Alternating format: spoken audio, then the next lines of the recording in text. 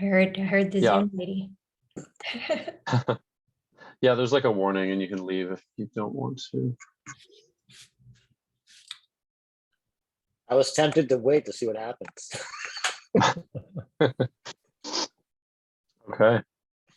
So, Ange, we want to start with attendance. Is that right? Or are you just going to do it manually? I'm just writing a list with a Okay. good old pen, old school. Great. Okay, so should I take it away, or Mark or Ange, does anyone else want to say anything before we get started? It's all yours. It's all yours. All right.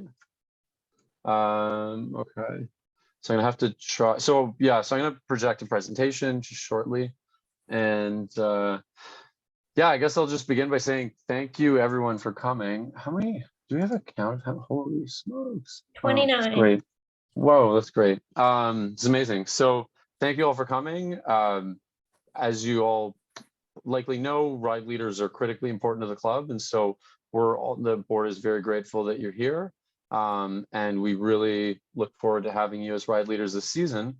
And I'm hoping we can keep this presentation fairly on time, but I know there's a lot of people, so there may be some discussion. I'll try to get through as much of it as I can, as quickly as I can. But feel free to ask any questions sort of as we go through. I will say that the presentation itself is kind of it's a bit of a snapshot. It's not every single detail. We try to put in what we think are some of the more important points, and we will just sort of cruise through some of the stuff that's less critical, but it's more just general information that's good to know. So any questions? Okay, I'm going to share my screen. Okay, is this visible? Yes. Yep. Excellent.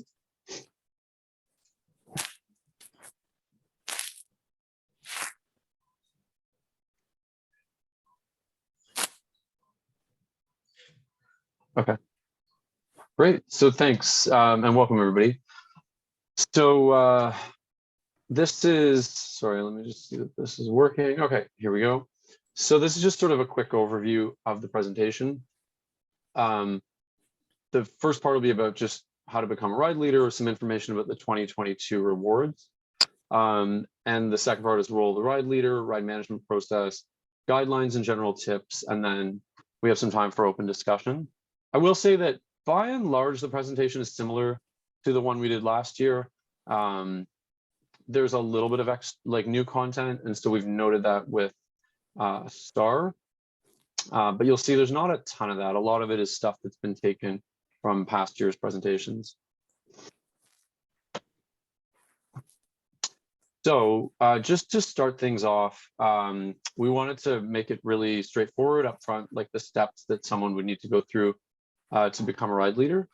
So first of all, and this is more applicable to people who have not been ride leaders before, or who are interested or newer to the club. So you should have experience riding in a group.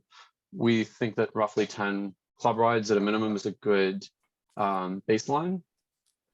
You should be familiar with the club's key documents, so our concussion policy, the risk management plan, code of conduct and ethics, as well as the ride guide. And we do have links to all of these. They're all available on the website under policies.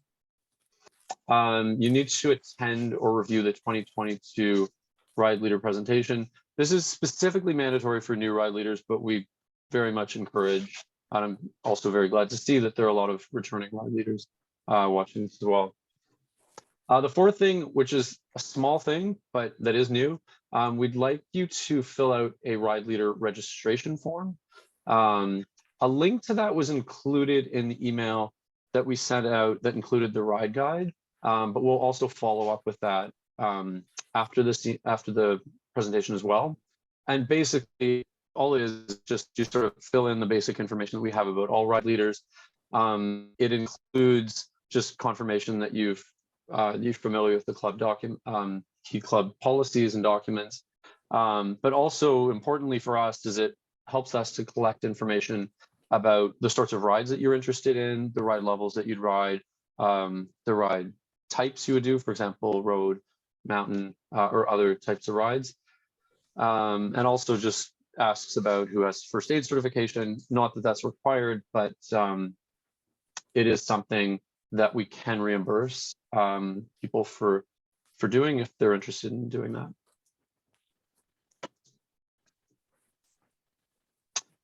So next one is why become a ride leader. So basically, leading rides is fun and rewarding. It's a great way to get to know other club members and build leadership skills. And as well, of course, importantly, ride leaders receive rewards for leading rides. The more rides you lead, the more rewards you get. And we actually have a new ride leader rewards program for this year, similar to past years, but with a few differences. So in this year, we're going to have extra reward credits of 1.5 times credits for leading social or intermediate B rides. We did something similar in past years where we did double credits. Last year we didn't do anything additional, but this year it'll be 1.5. There's rewards for leading as few as 3 rides. There are free memberships, as in past years. We didn't have it last year, but now you can get free membership at as low as 10 leading as few as 10 rides. And you can also get a free club jersey at 15 rides or more.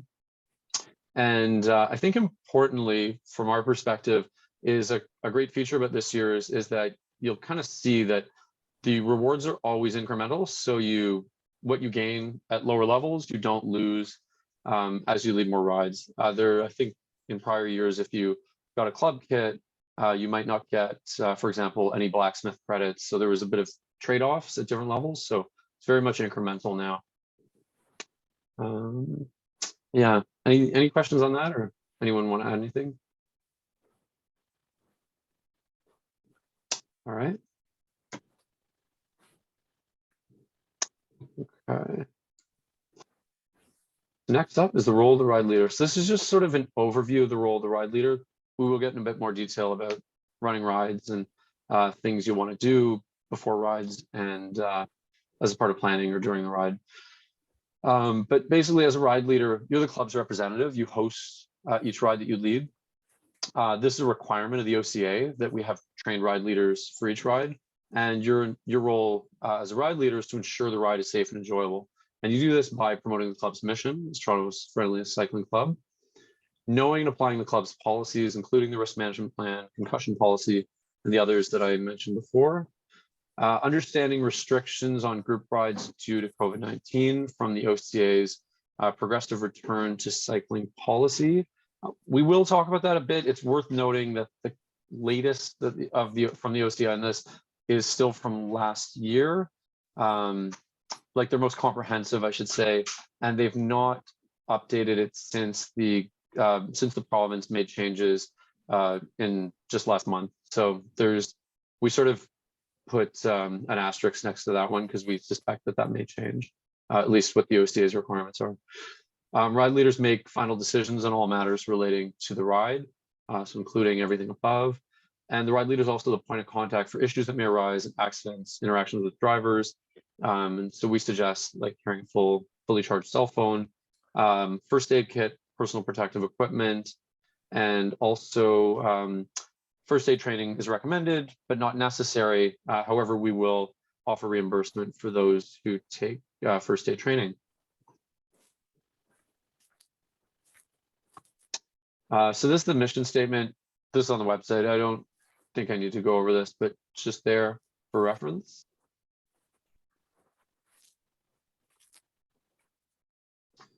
So the club's risk management plan. So these are just a few highlights. Again, it's on the policy page.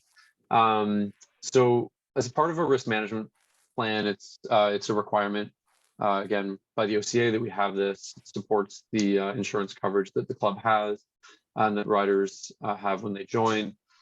So some of these features are like we take lesser used roads where possible. If lightning is cited, rides are canceled. We also have some weather policies regarding wind and rain that can also have rides canceled or put on weather watch. We'll get into that a bit later. We limit group size. So we aim for 6 to 12 members per ride. And so this year, the default number of rides, here's a typo, number of riders per ride leader will be 12, but ride leaders could request a lower limit. So for example, you could have a ride with 2 ride leaders and therefore up to 25 members. But another requirement of the risk management plans worth noting is that rides should not like a group shouldn't be more than 16 in size. So in those sorts of situations, we encourage ride leaders to break up the ride into separate groups so that no one group is larger than 16. And as I mentioned, ride leaders can request a lower limit as well. If you're signing up for rides, which we'll get into, just contact us and we can reduce the maximum number of riders on the ride. And so also as part of the risk management plan, it's also about reminding members their responsibilities. So as a club member, you have there's obligations relating to purchasing OCA insurance. All riders must wear helmets, no earbuds or headphones, no TT or aero bars, lights on for 30 minutes before sunset and after sunrise, and obviously all times in between if the ride is in the dark. Appropriate selection of group based on fitness and ability, bike and body are in working order, and then you also have riders have food and liquids just to stay healthy and not bonk on the ride. Concussion policy. So with the concussion policy, so in the event of accidents where there could be a concussion, it's about sort of identifying potential concussion cases or accidents that could result in a concussion, like someone's hit their head, and then understanding and recognizing possible symptoms of concussion. And so if an individual with a suspected concussion is unconscious, we have to follow an emergency response, where we call 911, stay with the rider and monitor their condition. And then if someone's conscious, where they've potentially been in a situation where they may get a concussion, they would be removed from the activity immediately, dial 911 if required, or arrange a ride home or notify a parent or guardian, and we can reimburse the cost of doing so. If possible, isolate them in a dark room or area, reduce external stimulus, and encourage the individual to consult a physician. And also complete the incident form. There is one available through the Cycle Club app and also on the spreadsheet, which we'll show you in a moment, and notify the board by emailing hello@darkhorseflyers.ca of any suspected concussion. And then from there, the board has an obligation to follow up with the participant just about any potential diagnosis and confirmation of medical clearance for returning to rides if a concussion is diagnosed or showing symptoms.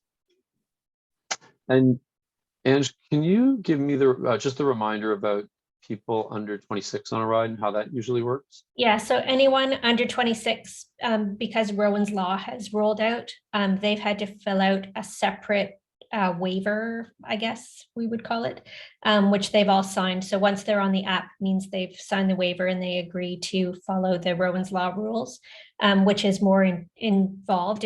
They have to go see a doctor and get a doctor's note and stuff before they can return to sport. Whereas anyone over 26, we sort of trust that you're adults and can make your own decision if you're well enough to ride. But the key takeaway for all ride leaders is if you suspect someone hit their head or you saw them hit their head, their ride is over. They cannot decide to get back on the bike and ride home. You've got to call an Uber or something, which will pay back. But you've got to get them home. They can't keep riding. Great, thanks.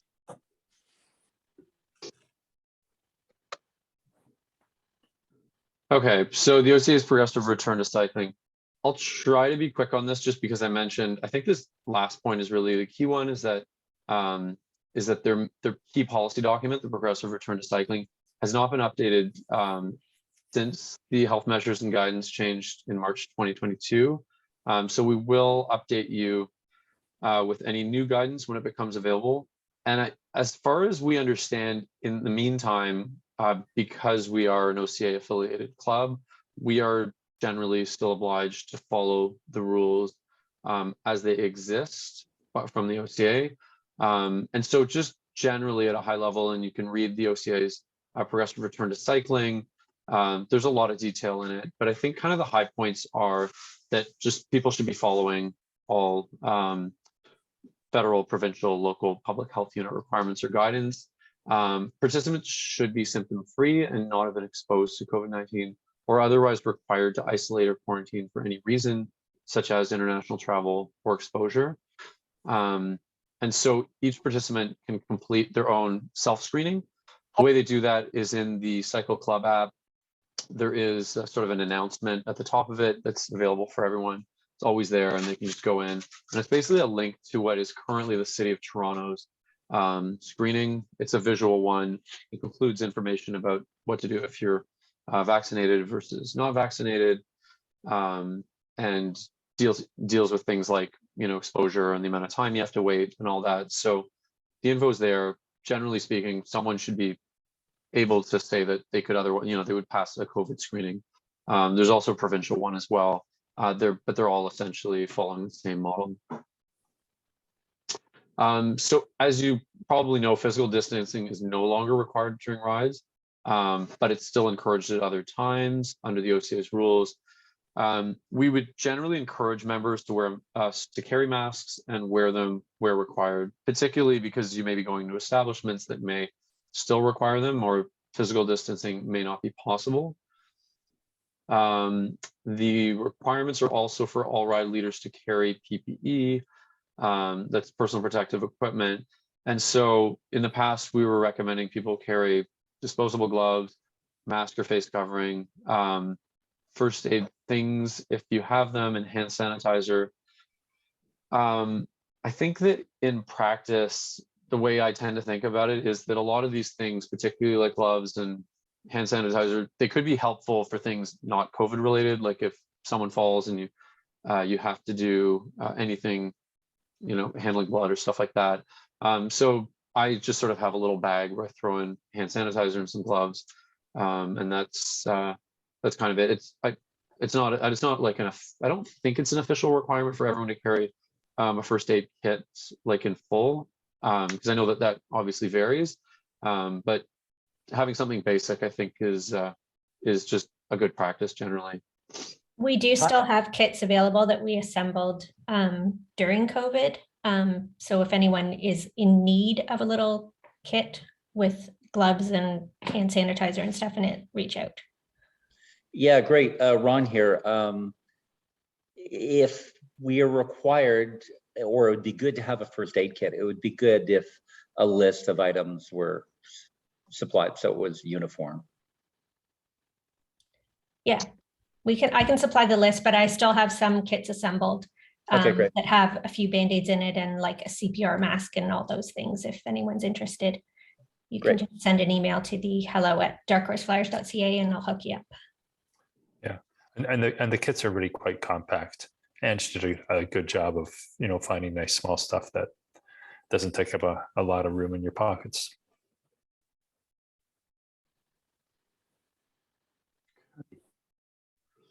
All right. Super. And then I guess lastly, if a rider isn't unwell, you can always send a rider home. Depending on their severity, you can help arrange transportation. And again, things like that can be reimbursed by the club, whether it's Uber or even transit or stuff like that. And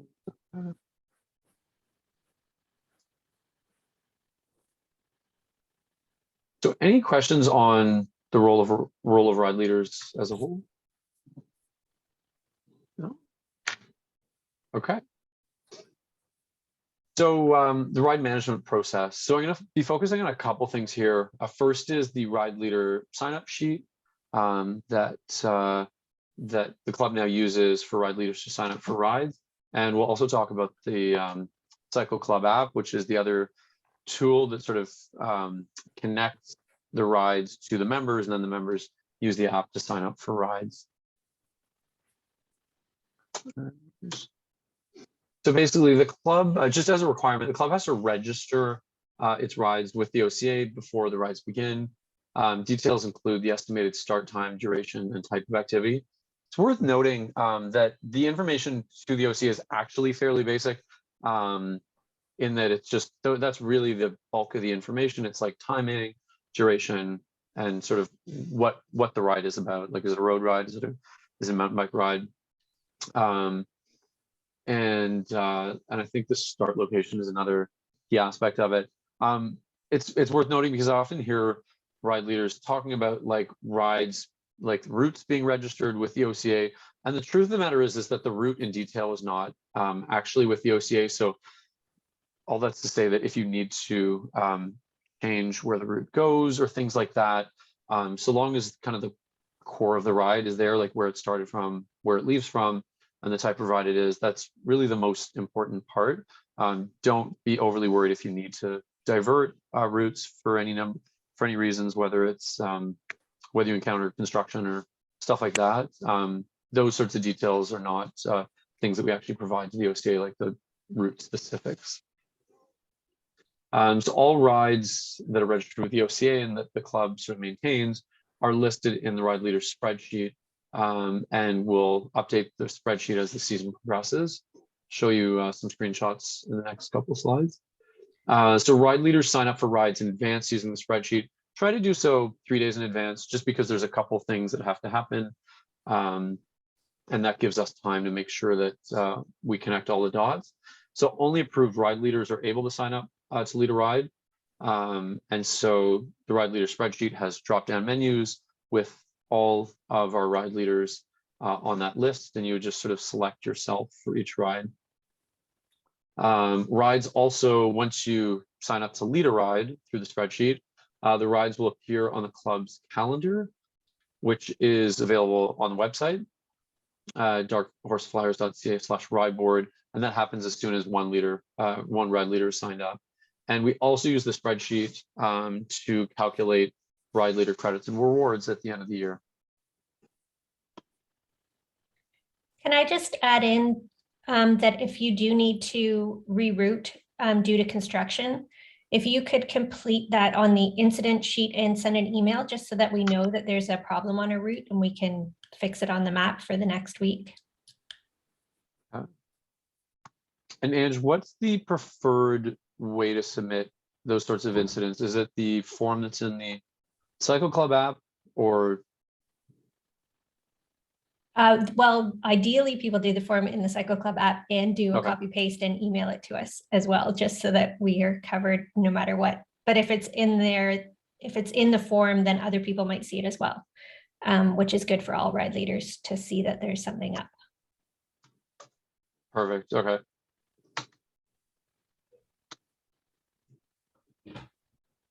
Okay. Super.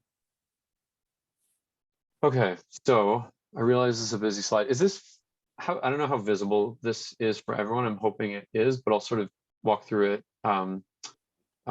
just sort of describe it as I go.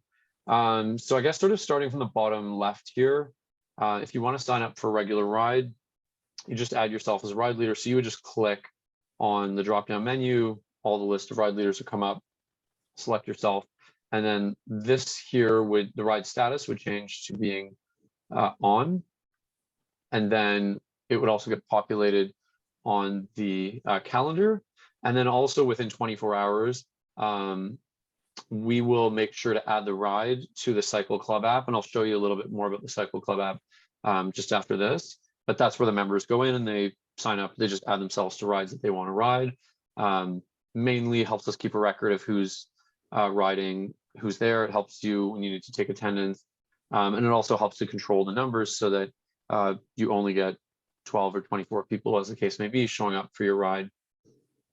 So these cells here you can use to select things like the weather conditions. So if the weather conditions are such that we'd put the ride on weather watch, you just have to specify the wind speeds, specify the expected rain, or if lightning is expected as well, if there's a thunderstorm happening that day.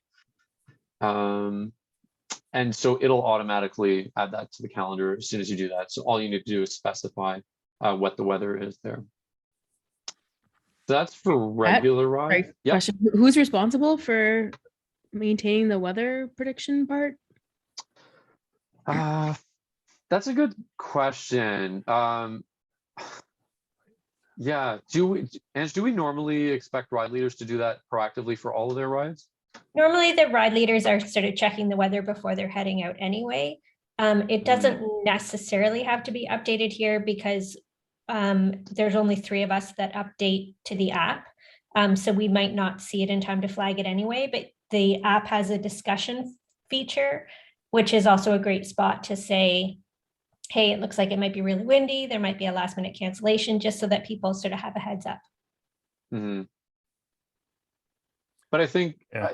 anyone can update this if they want to, but yeah, it's more just a way to communicate to members too. If we have any spreadsheet gurus who know how to format that so that it automatically pulls from some weather app thing, that would be great. I may have been Yeah. trying to do that for a spreadsheet we were doing for skiing, as Matt knows, but Yeah. if my daughter figures that out for me, I will let you all know. Cool. Good. Thanks, Adam. Yeah. So this part of the spreadsheet, I think, was to force the ride board to show weather watch, which is a little bit less important now with the app. So it's really more important. I would focus on the Cycle Club app to communicate a weather watch situation, and we're going to talk about what the conditions are for a weather watch in another slide. Okay, that's great. I think that makes sense. So new for this year is we're going to try an experiment with the ride sign up sheet. And so what we're going to do, just as a quick overview, there's a couple things that go along with this, but basically for each day, we're planning to put in some blank spots on the ride board. And if we can get all the, assuming we can get all the sort of controls for the spreadsheet working correctly, what we'll be able to do is let ride leaders select a ride that they want to do if it's not one of the ones that's on the board. And basically what we're asking is that you would sort of start by selecting the ride here. So this is also a drop-down menu right now. It just says TBD because it's blank. But in this example, someone selected Musselman Lake. And then you need to set the time as well. So the time needs to be a time that's kind of close to the others. So either a 6:30 or 7 a.m. ride, or an 8 a.m. or 9 a.m. ride. And then lastly, you can set the level of the ride to whatever ride level you want your ride to be. And so it is a bit of an experiment. So I would say bear with us, and we're hoping that it goes and works well. I mean, one of the challenges to doing this is that we do need to give ride leaders access to more of the spreadsheet than they currently have.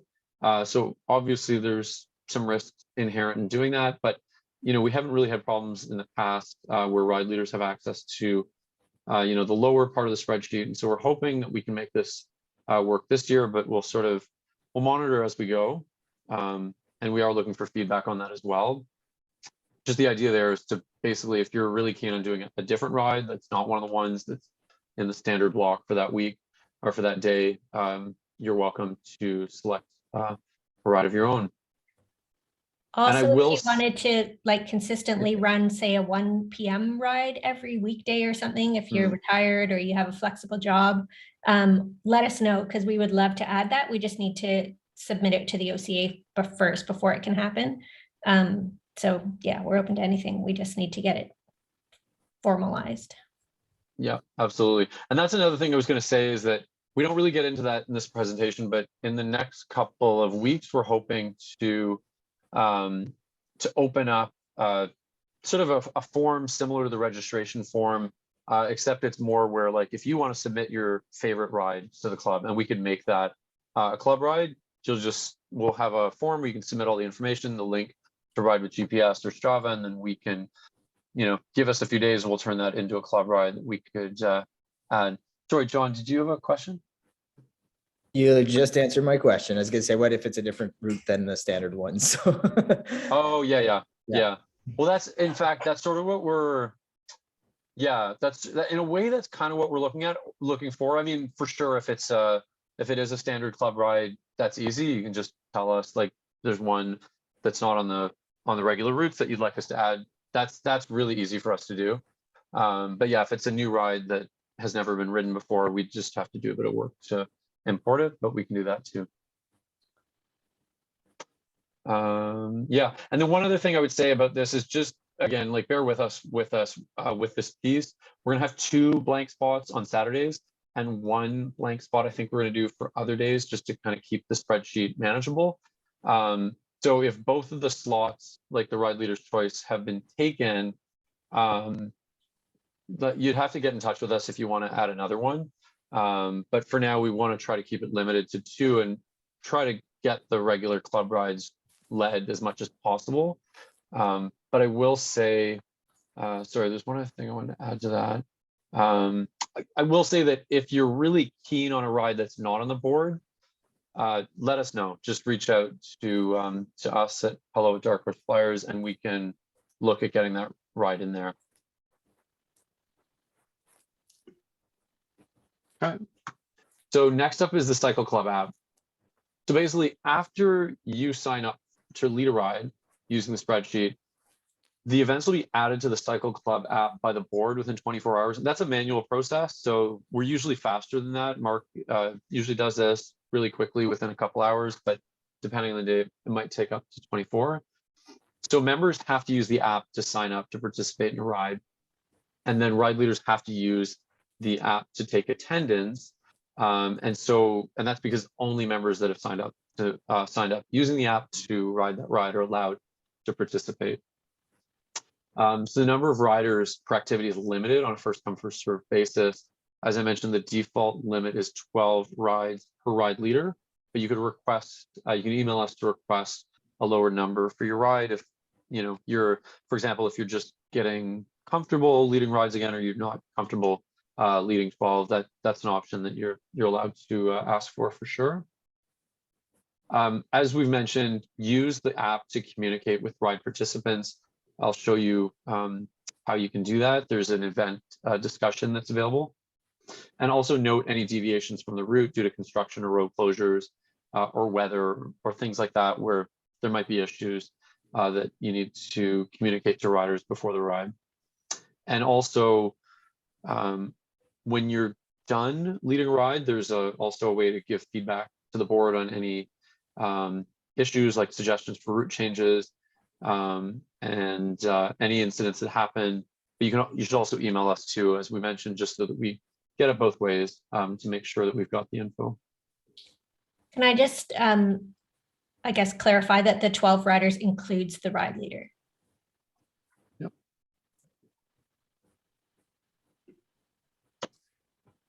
Yeah, the sign up process, shouldn't be onerous, and it really isn't, because so many people, almost everybody's got a smartphone.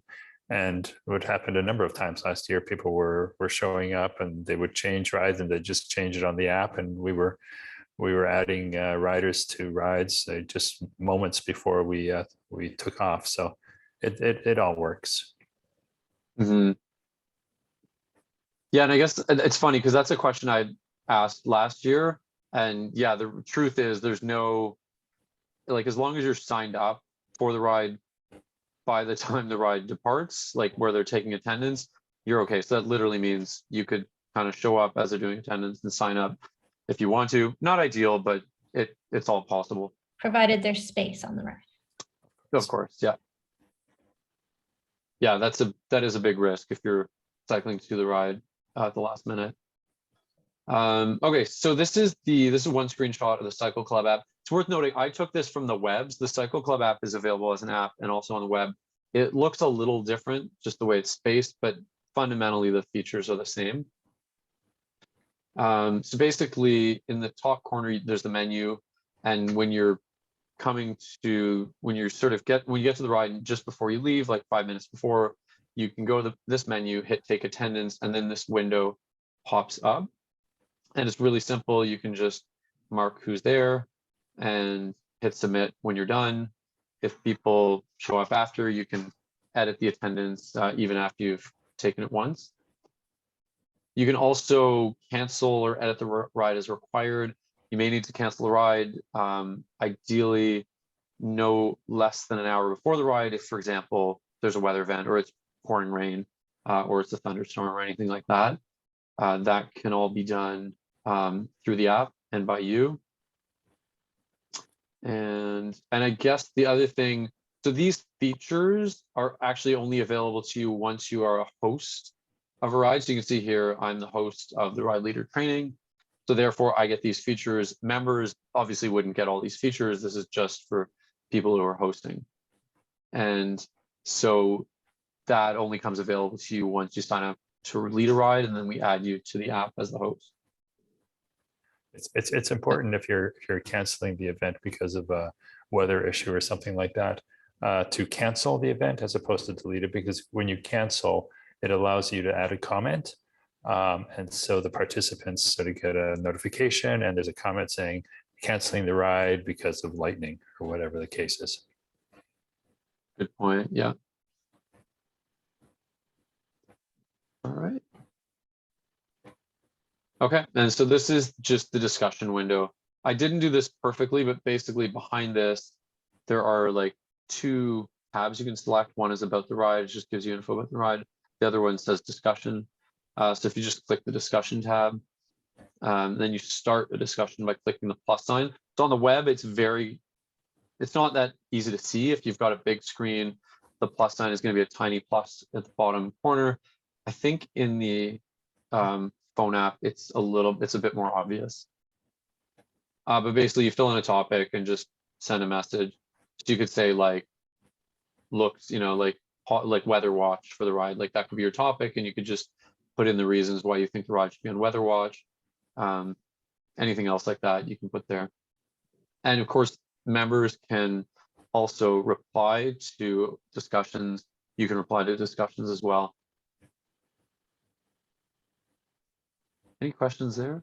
Anything else to add? Okay. So then for weather policy, so club rides are canceled as a sanctioned insured ride due to weather if it's raining at the start of the ride, there's a forecast of 70% chance of rain or lightning or extremely high winds, which is winds over 50 on the day of the ride, or a ride is also canceled while the ride is happening if lightning is sighted. And to update or cancel rides for weather conditions. So as I mentioned, rides should be on weather watch. Again, focus on the app because that's the best place to communicate with riders. If the chance of rain is 50% or higher, and if winds are above 35 kilometers an hour, ride leaders should specify the wind speed. So that's what I mentioned, that not critical to do that, but it is there if you want it, just sort of pushes it out to the calendar. And if a ride needs to be canceled, you can also update the weather call row of the sheet to indicate the ride is canceled. I think that may be a little bit more useful. At the very least, do note on the spreadsheet if you have to cancel the ride.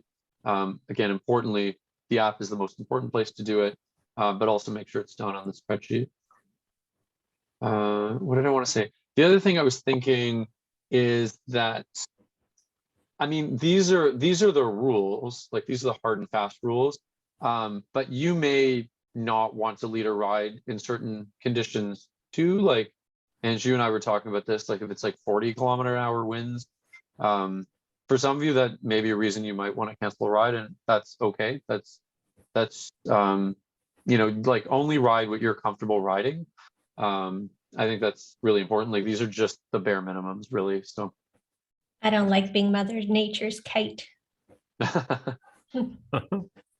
Yeah, and I know like some people have really deep rims, right? And those can really get tossed around the wind. So yeah. Any questions there? Campbell, if there's lightning sighted and you're partway through your ride, what's the protocol? Are people supposed to Uber home, or if they're riding home, are they still insured? Is it still insured, or? You're supposed to find shelter, not under a tree. if there's shelter available somewhere, and sort of duck in and wait it out. But don't keep riding through if you hear thunder or if there's lightning.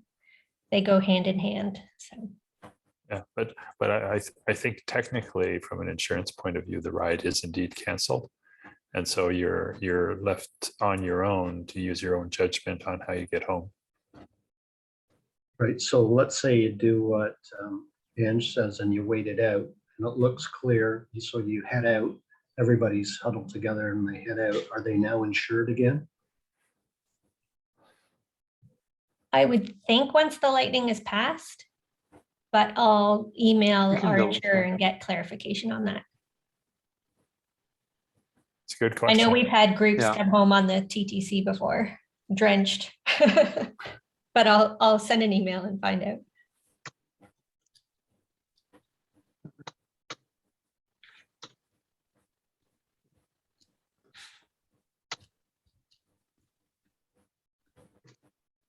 Okay, great, sorry.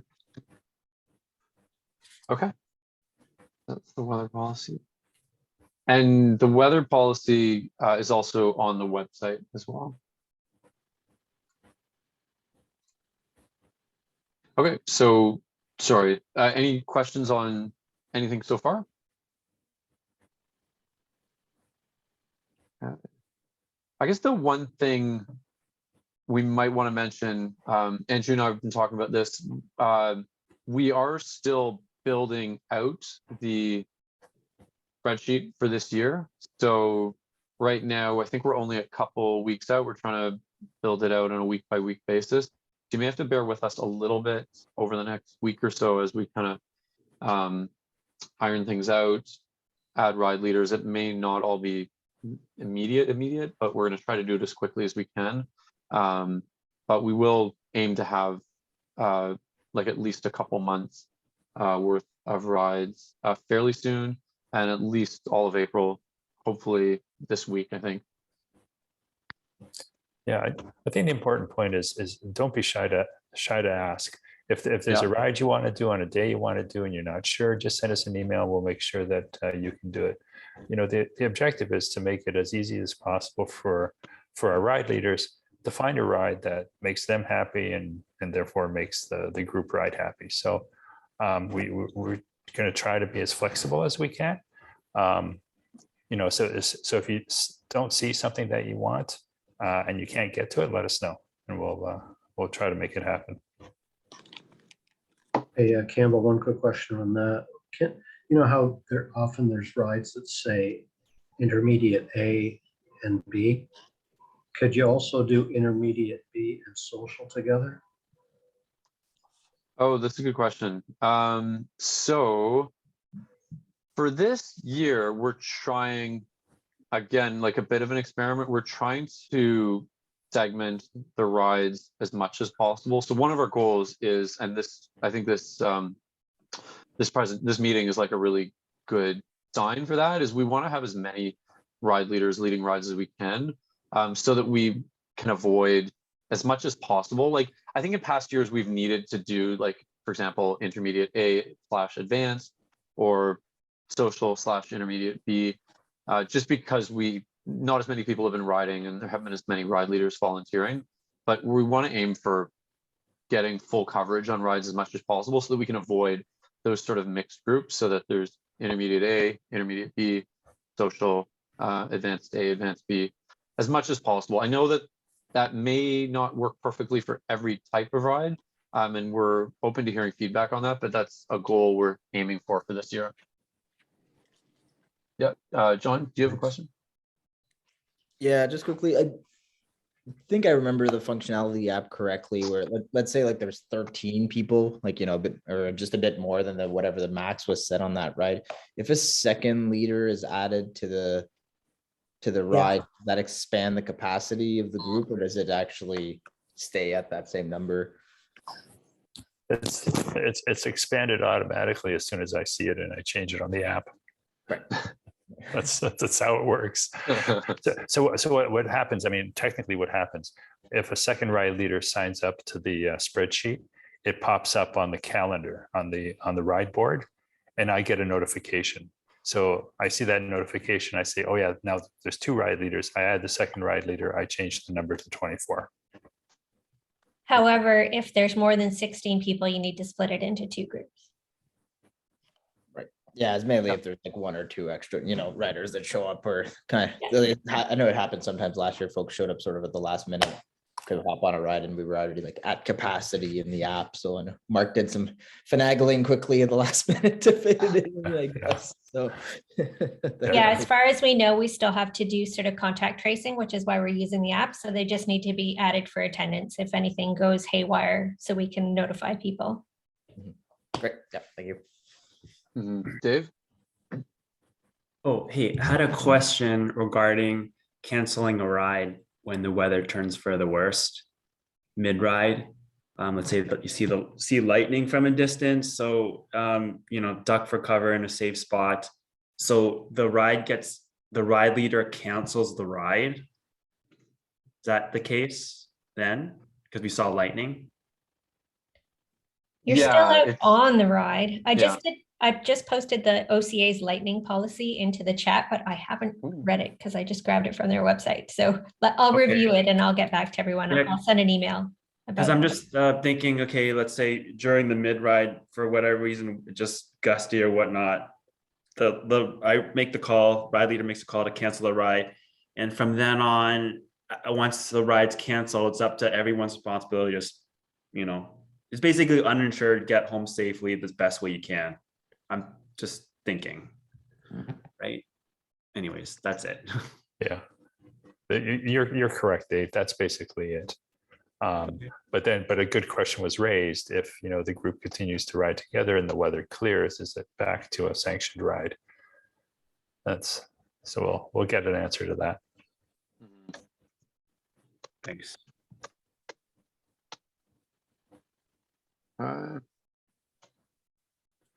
Great. Okay, so this part is really just like tips. Most of you are probably pretty familiar with, but it's a bit of just a refresher about how to plan and run great rides. So before the ride, and it's sort of broken up into before, during, and a little bit after, I think. So before the ride, plan ahead, make sure you know the route and the stops, where it's going to be stopping specifically, what route it's taking. We really want to stress like the importance of ride leaders having the ride in their Garmin or Wahoo. You may not have ridden every ride, and you may have reviewed it, but it really helps you to be able to manage a ride if you've got it on your computer and giving you the turn by turn. Try to arrive to the ride 10 to 15 minutes before the ride starts. I feel like that's actually something I targeted at myself because I'm usually like the 8:59 guy for the 9 o'clock ride. Carry a charged cell phone. Good to have ID and credit card as well, just in case you need to do any make any purchases. But phones will have taxi and Uber apps as well, so all those things work. We mentioned first aid kits and personal protective equipment, and we'll follow up about making those available and any details about what to put in them. As we mentioned, first aid training is recommended, and we can reimburse you for that if you're interested, but it's not a requirement. And as I also mentioned in the ride leader registration form, so I know there's a lot of similar sounding things, but that's the survey that we have that you can fill out just to confirm your interest in being a ride leader. We do ask about that, so if you're interested, you can let us know as part of that if you have training or if you'd be interested. And yeah, so that's when you get to the ride, one of the first things, try to encourage riders to meet off to the side at ride start locations and just avoid blocking entrances. I guess this came more common during COVID, where people were we often would just sort of crowd in front, but better to be off to the side just so our establishments are not, we're not getting in the way of the entrance. Identify yourself to the riders and any co-leaders.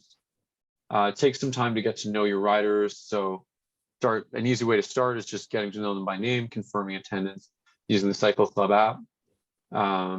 Ask about people's group riding experience or their ability, particularly if you don't know them or haven't ridden with them before. Watch for any like brand new riders or riders that are moving up from one level to a higher level. Check if riders are equipped, like do they have spare tubes, pump CO2, water, snacks, bike working well, bell, lights on 30 minutes before sunset and up to 30 minutes after sunrise. If there are new members who you don't recognize, I mean, the app sort of deals with this, but just ask to see their member card if you don't know them. And also check that they've done the COVID self-check. Mentioned this before, set clear expectations around pace. This is something we're really trying to emphasize more this year. So we're avoiding mixed pace rides like intermediate/advanced as much as possible. When we're trying to remove any mixed paces from the ride leader sign-up sheets. So if you have a large group, like in excess of 16 and multiple ride leaders, split up the groups. And sorry, there's a question. Angela asked, do they need their member card if they've used the app to sign up for the ride? No? Okay. No, they wouldn't be in the app if they're not a member. But do riders they still need to carry their member card, correct? Yeah, so we always recommend that they don't have to, but it does have people's emergency contact on it, but so does the app nowadays. We always recommend that you take a photo of your member card if you don't want to carry the actual member card. But really, if they're in the app, they're a member.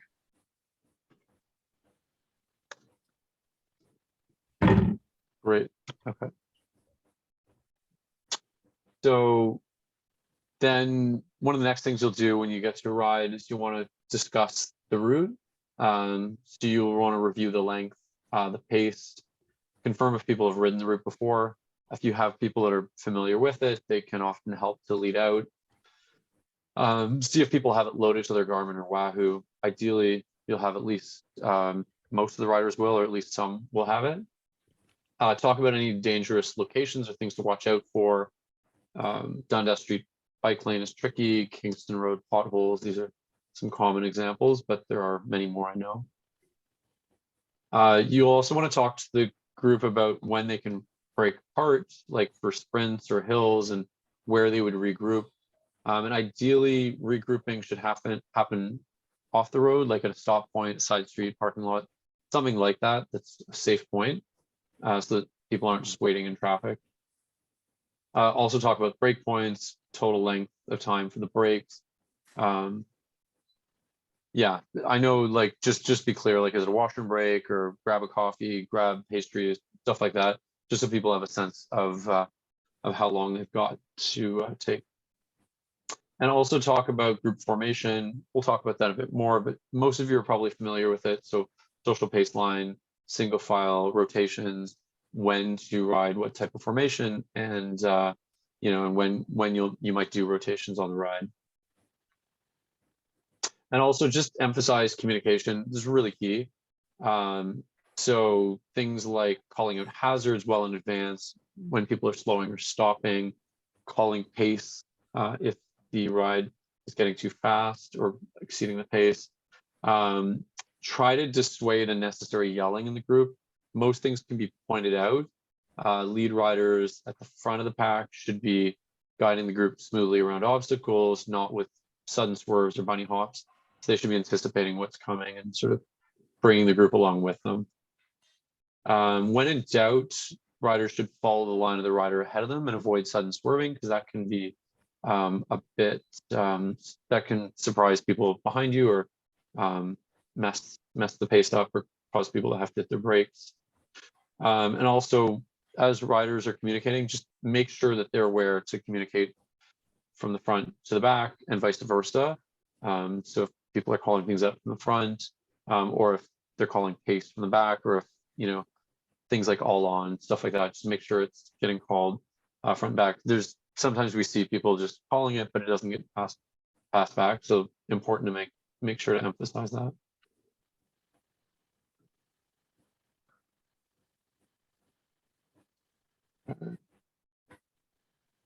All right, so ride levels. So again, just wanting to put a bit more emphasis on this. Trying to avoid mixed rides, mixed pace rides, just to keep things more predictable for riders. So as a ride leader, you should be enforcing the specified pace and not drop riders unless it's clearly marked as a drop ride. All riders on the ride should be monitoring and ensuring that the group is holding together. Call pace if people are getting dropped or if the pace is too fast. Just let's encourage everyone to be proactive about that. Emphasize slow rolls when starting at lights or stops. This is a perennial problem with big groups especially. So just remind people, and I imagine early in the season, these are the sorts of things people might forget when they're really eager to get going. At the ride leader's discretion, you can break a ride apart into a faster and slower group if necessary, but just make sure that there's someone who can lead one of the groups, sort out things like where you'll meet, just to make sure that you sort of have control of what's going on. And where possible, like if it's available, like you show up to a ride and you know that someone may not be able to keep up with the pace, you can feel free to recommend that someone join a different paced ride, if not that day or potentially in the future. And these are just a reminder about the paces. These are all on the website, of course. These are all current. And so just a tip that we have is if someone is not sure like what ride level they want to ride. I remember this a lot when I was starting. I was like, can I ride intermediate B or can I move to A? Just advise people when they begin their first ride, like especially if it's the first ride for them where they haven't ridden with the club before, maybe ride a level down from where they'd like to be. They might say, well, I can probably ride an intermediate A pace. No harm in just trying out intermediate B, seeing how it goes. If it turns out, that was really not a challenge for them, then they could try intermediate A next time. Any question about ride levels? Campbell, I just wanted to ask there where you said that you can break up the group and assign somebody to lead the group. Is that person you're assigning a ride leader, or is it just a person in the group? I believe it can be anyone in the group. Is that right, Ange? Yeah, if you're really speculation. stuck, like if the group is really getting split up because a couple people can't keep up or anything, you can't leave anyone by themselves. Ideally, 2 people will ride with the struggling rider. So it would be good if you break the group into 2 and you can assign, as long as someone has the route or knows the way back, they can be in charge of getting the group back safely. They wouldn't technically be the ride leader. You're still the ride leader for the entire group, even though it's split up. But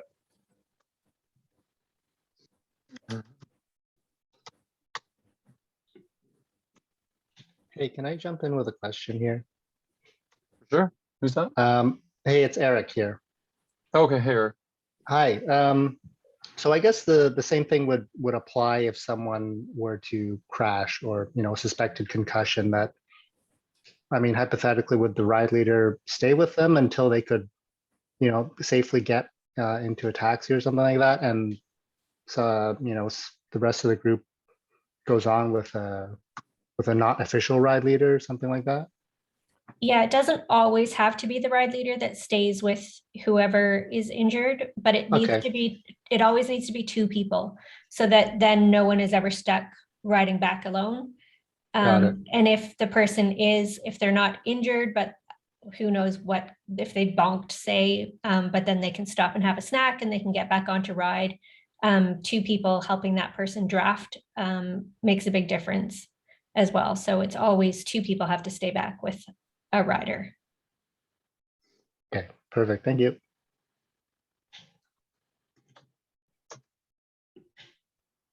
Great. Any other questions? Sorry, Campbell, again, just so if you break up and the other group goes off by its own, as the leader, do you have any responsibility for making sure they were able to complete the route, they got home safely or anything like that? Yeah, at the end, like you should be probably sending an email to the board. So hello@darkhorseflyers.ca, and just say the group split up and Amy took over. Can you reach out? I don't have her email address. Can you reach out to her and find out that they got back safely? Anything like that. If you need to follow up, if someone was injured and you just want to follow up to see how they're doing, all of that stuff, we'll either put you in touch or we'll do the communicating for you. You might also see on Strava that they've uploaded their ride, and you can assume then that they're okay. Right. Okay, thanks. And you might even be able to use the app to do the same thing as well. Yeah.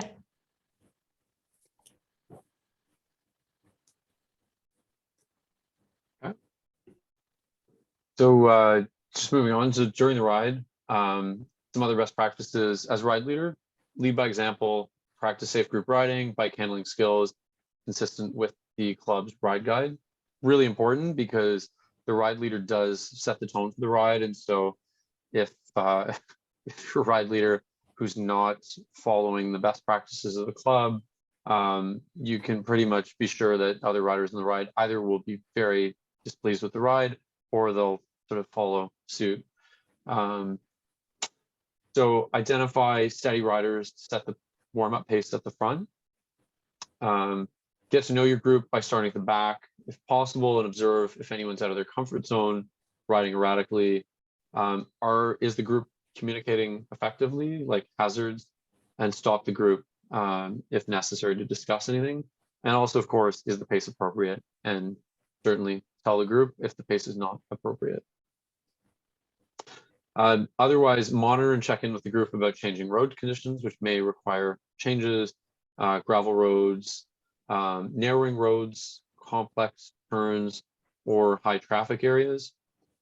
Some things that come to mind for me are like certain areas where you'll want to switch from being a social pace line 2 and 2 to being single file. There are some complex turns. For example, Steeles Avenue East has some tricky places if you're going left or making any lefts off of Steeles, just to name a few.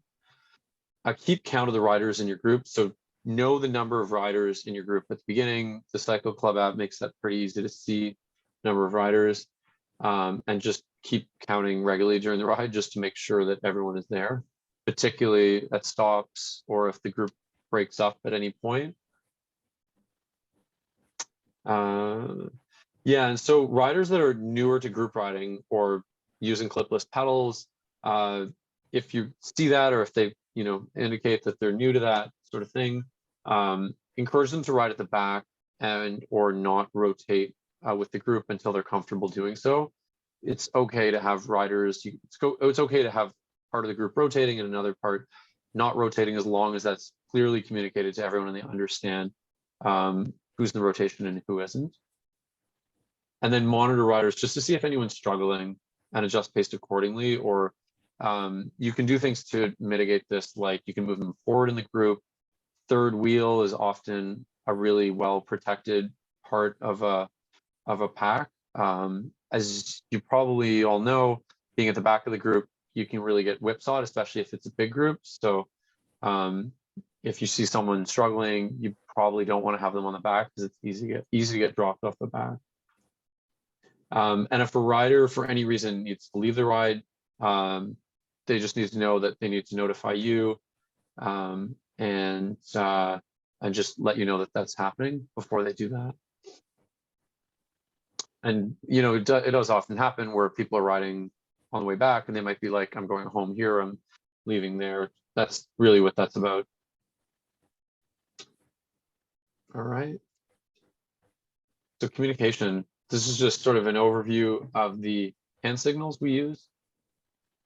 And also, yeah, so again, all the stuff's in the ride guide and on the website. Should all be pretty familiar. Any questions about this? All right. Just a few, I want to spend just a few moments on like how we ride as a group and as a club. So social pace line, that's the typical way the club rides. Riders are 2 abreast at all times. Single pace line, and that's used where there is space and where we sort of ride as a vehicle in a lane. Single pace line is used anytime the road narrows to a single lane, whether as a result of the road design or if there's parked cars or there just isn't space. So that's something that all riders should at least be familiar with.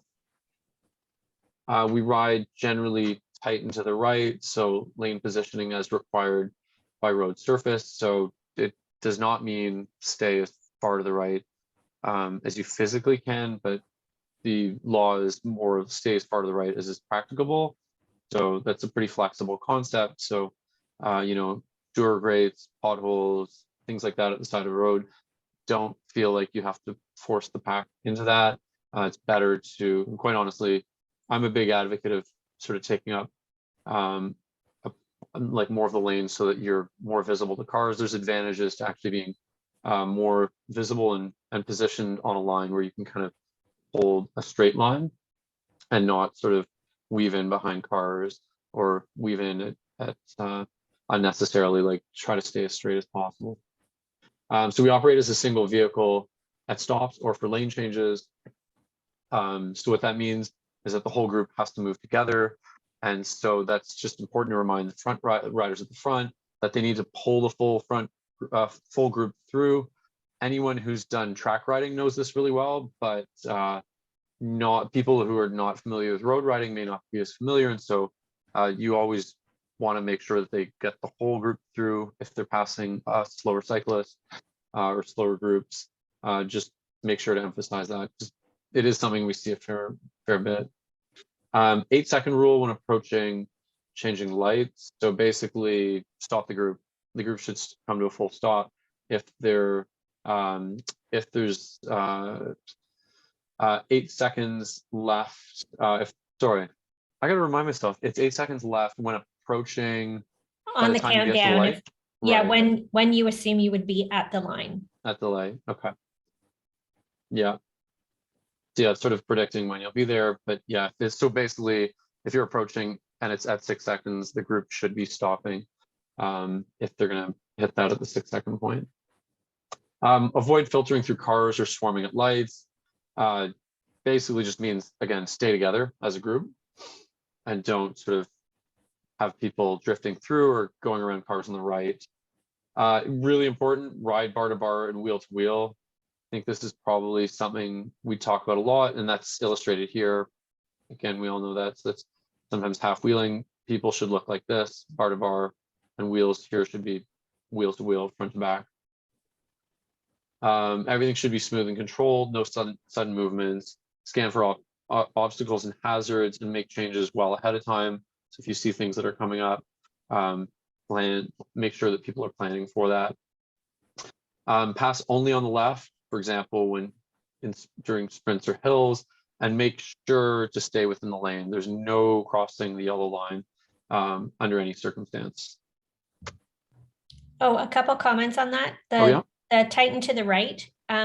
We sort of recommend leaving 1 meter at the curb so that there is space for sewers and stuff and people aren't riding in all the crap. And also on my little graphic there, I've still got the 6 feet 2 meters during COVID. Even though we're still during COVID, that spacing is not required currently. And we don't anticipate it coming back. Great. Carry on. All right. Yeah, so during the ride, COVID concerns, again, this is just linking back to the OCA's permit requirements. So just generally, no sharing of food, water. If someone is feeling unwell, they should inform other riders or the ride leader immediately. And if someone's displaying any signs of illness, they should be removed from participation in the ride and asked to return home. And of course, we can make arrangements to get them home safely. And we can, of course, reimburse for any expenses related to that.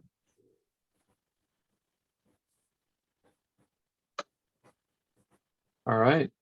So incidents and accidents. So As noted at the beginning, the ride leader is the point of contact for issues that may arise, accidents, interactions with drivers. Call 911 as required. Be aware of the concussion policy and how that applies. Serious accidents need to be reported to the OCA for insurance purposes. So during the ride, an incident can be reported using the Cycle Club app. And I should say, and email to the board again, just so we get it every way.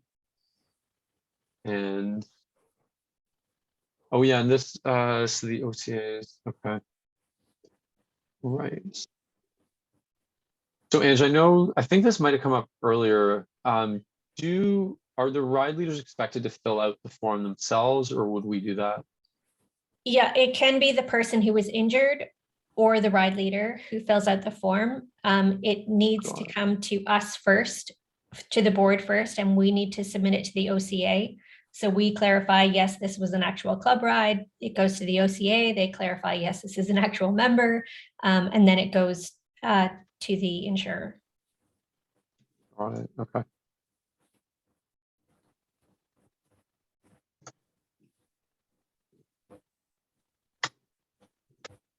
And if something does happen and there's like, say someone ran over a branch that was in the tree or something, or in the street, take photos of anything that you can that can help support somebody's case. Super. Okay. Yeah, so try to find any members with first aid qualification, and don't provide treatment if you're not qualified to do so. And as we mentioned, 2 riders always need to stay with members dropping back or stopping for any reason. Even if you are trained in first aid, you don't have to like perform first aid. Really, if someone needs that kind of first aid, call 911, get an ambulance there. Yeah.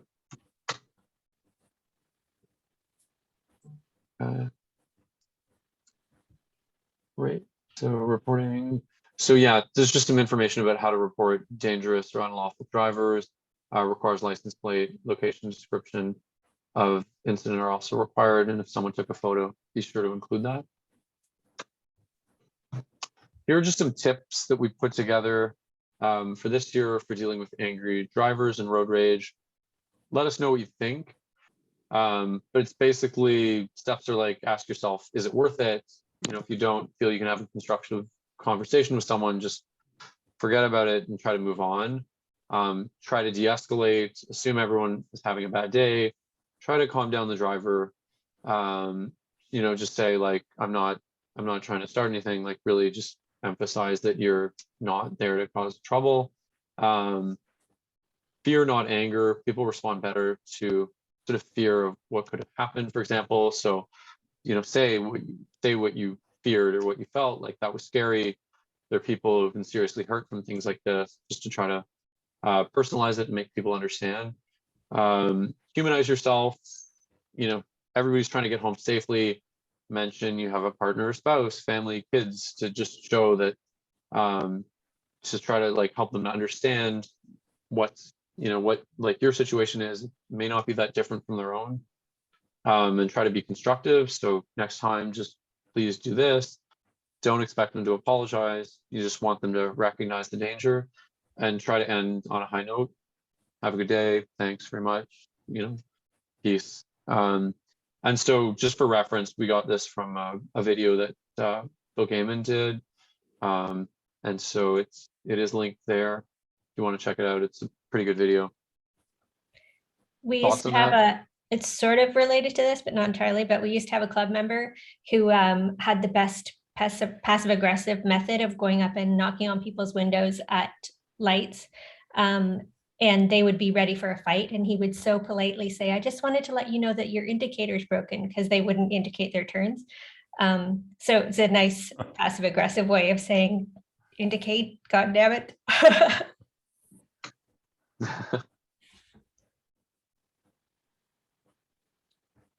All right.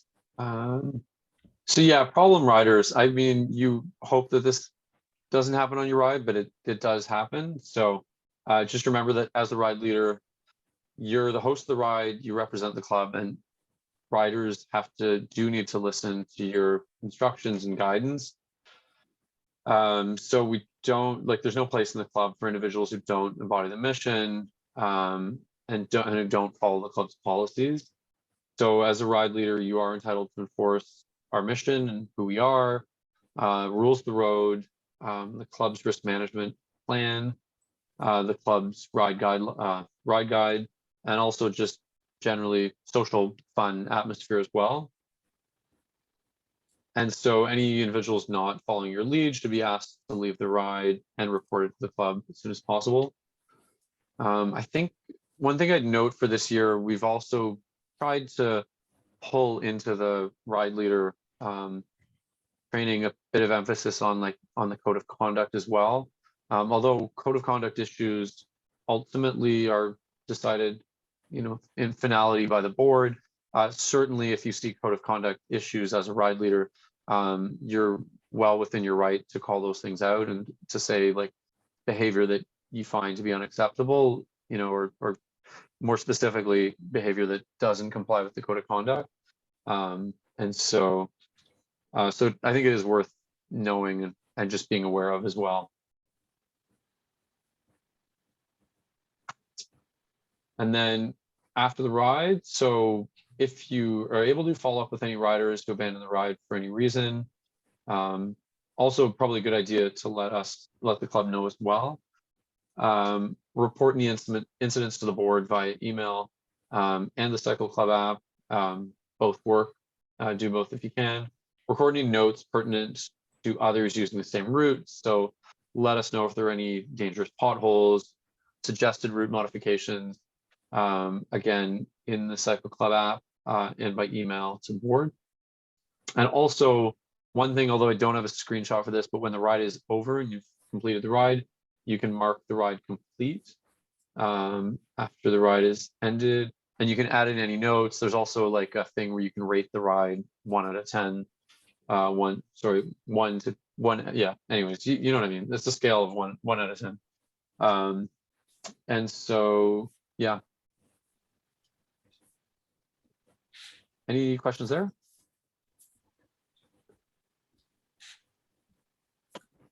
Okay. So for the last part, we really just have, it's more of an open discussion.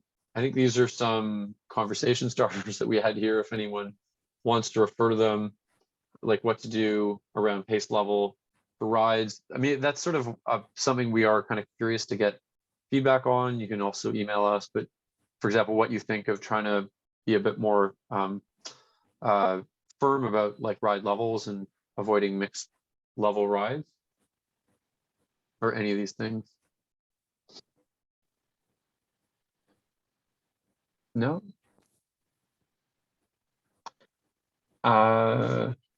Any suggestions or thoughts about routes for this year, like routes that people are really interested in doing, don't want to do any more stuff like that?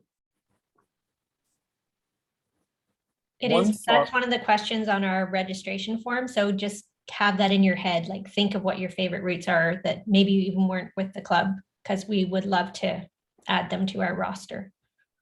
One thought I had was to look at doing the West End Hills as a morning ride, because the 4F starts so early in the east side of town.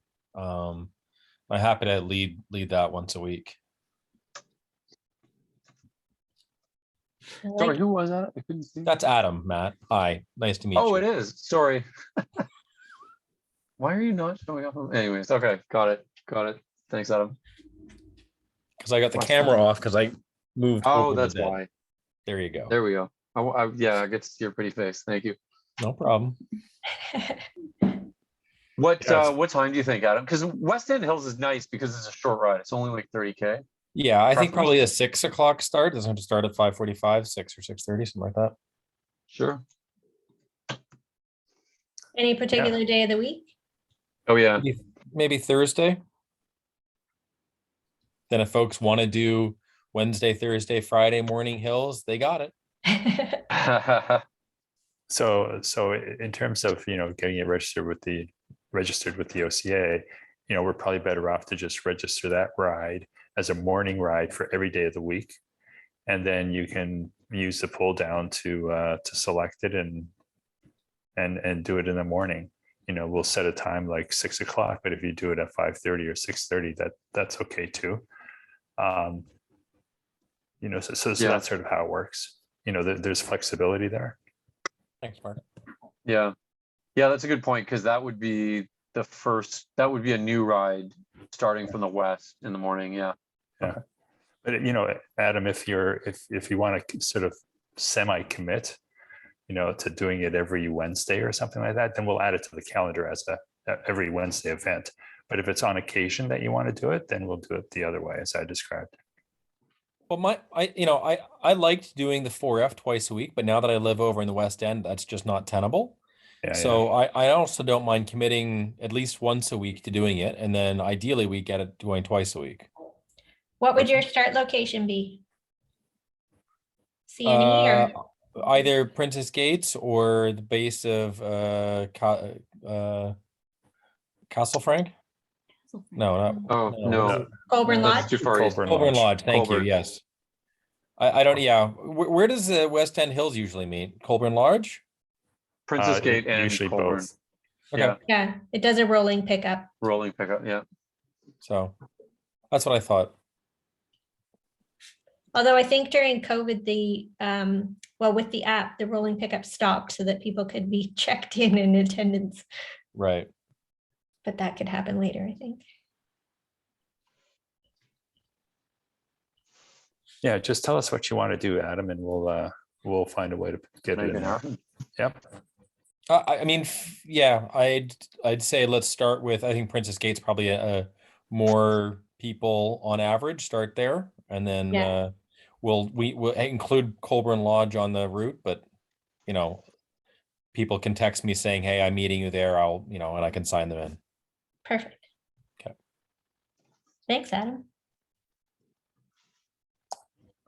I had a question on tag along riders, and I'll tell you what I did. I might get into trouble, but and this occurred last year when we had a lot of our members, had not signed up for that year, but they were on the road, and I would be leading a group, and there's a person that is not a club member, sort of would like to join the group, or is going for part way, and can I ride with you guys? So technically, from an OCA point of view and insurance, the answer is no. But what I did in that situation, I said, well, if you're at the back, I could argue that you maybe not part of the ride, because the last thing we want is for that person to be in the middle or at the front of the pack, cause an accident.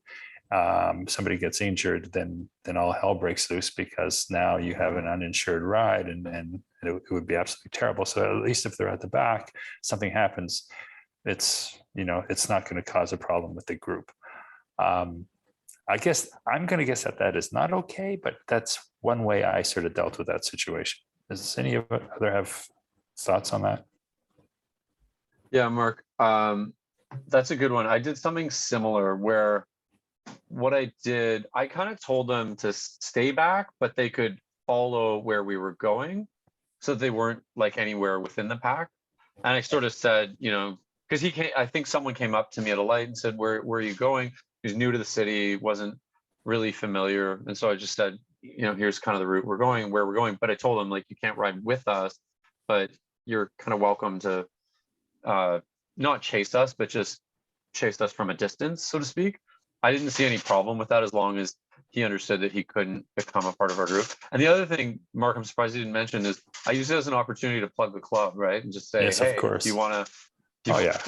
You should consider joining a cycling club, and we ride this route all the time. It's great. No, so yeah, seriously, like I did all that. Yeah, I don't know if it led to anything, but yeah. Yeah, we also created last year some sort of business cards for ride leaders that you could hand out when people are like, what's this club? Where do you ride? So you could keep them in your cycling wallet and give them out to people. So when we do bottle pickup and stuff, I'll have a few first aid kits with me, and some of those business cards.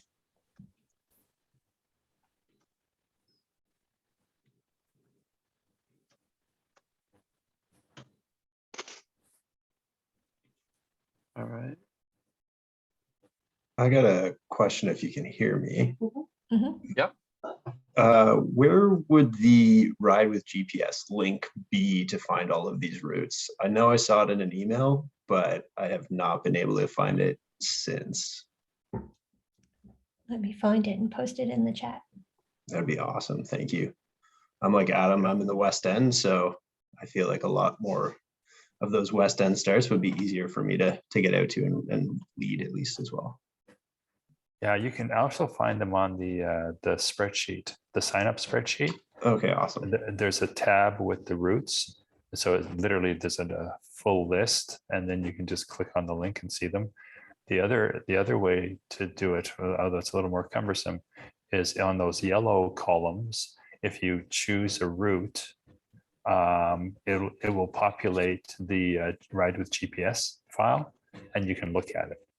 And you can say, Awesome. oh, that's really not the one I wanted. I really wanted a different one. So then go back to the pull down, pick a different one. Fantastic. Thank you.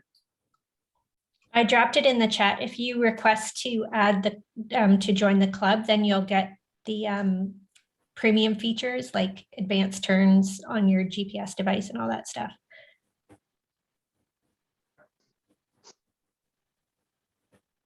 Thank you. All right. And while we're here, while we're putting links in the chat, I'm just going to throw in the link so everyone here has the link to the ride leader registration form, which is where you just, it's a simple survey, just fill out your info, tell us about the rides you like, tell us about the rides you would lead. It'll just help us when it comes to organizing and finding groups of ride leaders to lead different rides. Hey guys, we here. So question with some of the say morning rides, right? So it's time crunched and you want to kind of get the ride done and go back to work or whatever. So what's the best way? Say someone's coming in, they're exhausted or getting dropped. Like, how do you manage around that? Like, what do you recommend? If they're like, so you're sort of saying they're like kind of slowing the ride down. Yeah. Okay. Like as a club, we don't want to drop people, and but yeah. If you're the right leader, you kind of want to get home, drop the kids off or whatever. Like, how do you manage around that scenario? I mean, for my part, others feel free to jump in. I would talk to the rider just so they're aware, like if they're riding way below the level of the ride that it's supposed to be, just so they're aware. But like once they're on the ride, see if there's anyone who might, like I'm often willing, I'm happy if the ride's really moving, especially some of those early morning 4Fs, to kind of take it a little easy with someone if they need help. So see if there's others who might be able to help. Yeah, those are things I mean, especially with the morning rides, one of the advantages to them is it's pretty easy for people to get home from anywhere too. Yeah, that's what I would tend to talk to the rider, see if there's others who will ride with them. And, if not, there's always the opportunity that they could just head home and call it quits. I would also make it part of your pre-ride speech saying, I'm really time crunched. And I mean, the rides are listed. So we want you to stick to the pace. If it's listed as an intermediate A ride, we want you to ride within that pace. Ideally, the 4Fs are a bit trickier because it's so hilly.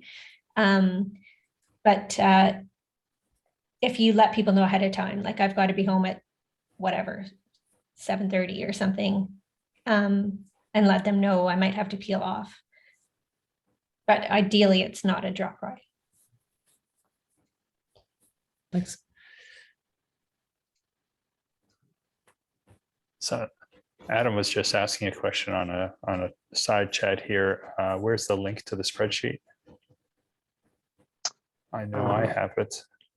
We're actually hoping that people won't jump on it right away so that we can finish putting some rides in, because Matt and I are a bit behind.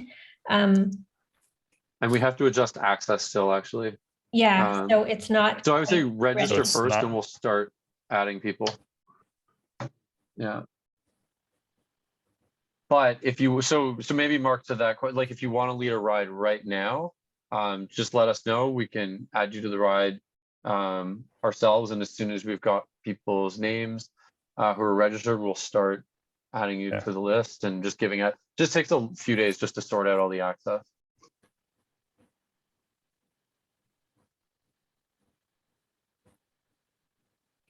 Yeah, sorry, John, I jumped the gun. Probably because I have Okay. admin access. I already booked a ride last week. I didn't realize I was acting as admin. You're one of the privileged few. Yeah. Full access. And Yeah. ideally, like Yeah. typically our season officially starts on a Saturday and we do a social media post just so everyone knows, hey, rides are up, like I'll start checking the app and that sort of thing. So it would be still a good thing for us to do that just for the benefit of all of our members, not just our ride leaders.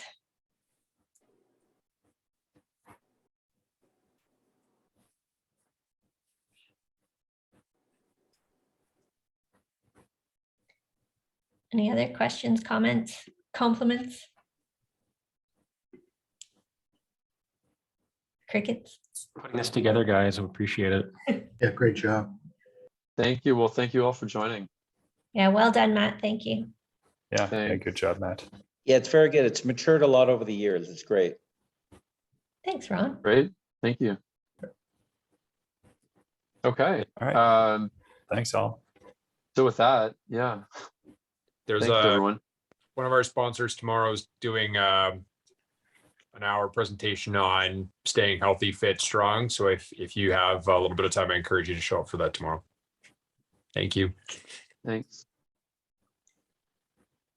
Good plug. Okay, I'm going to stop And- recording. Okay. Good.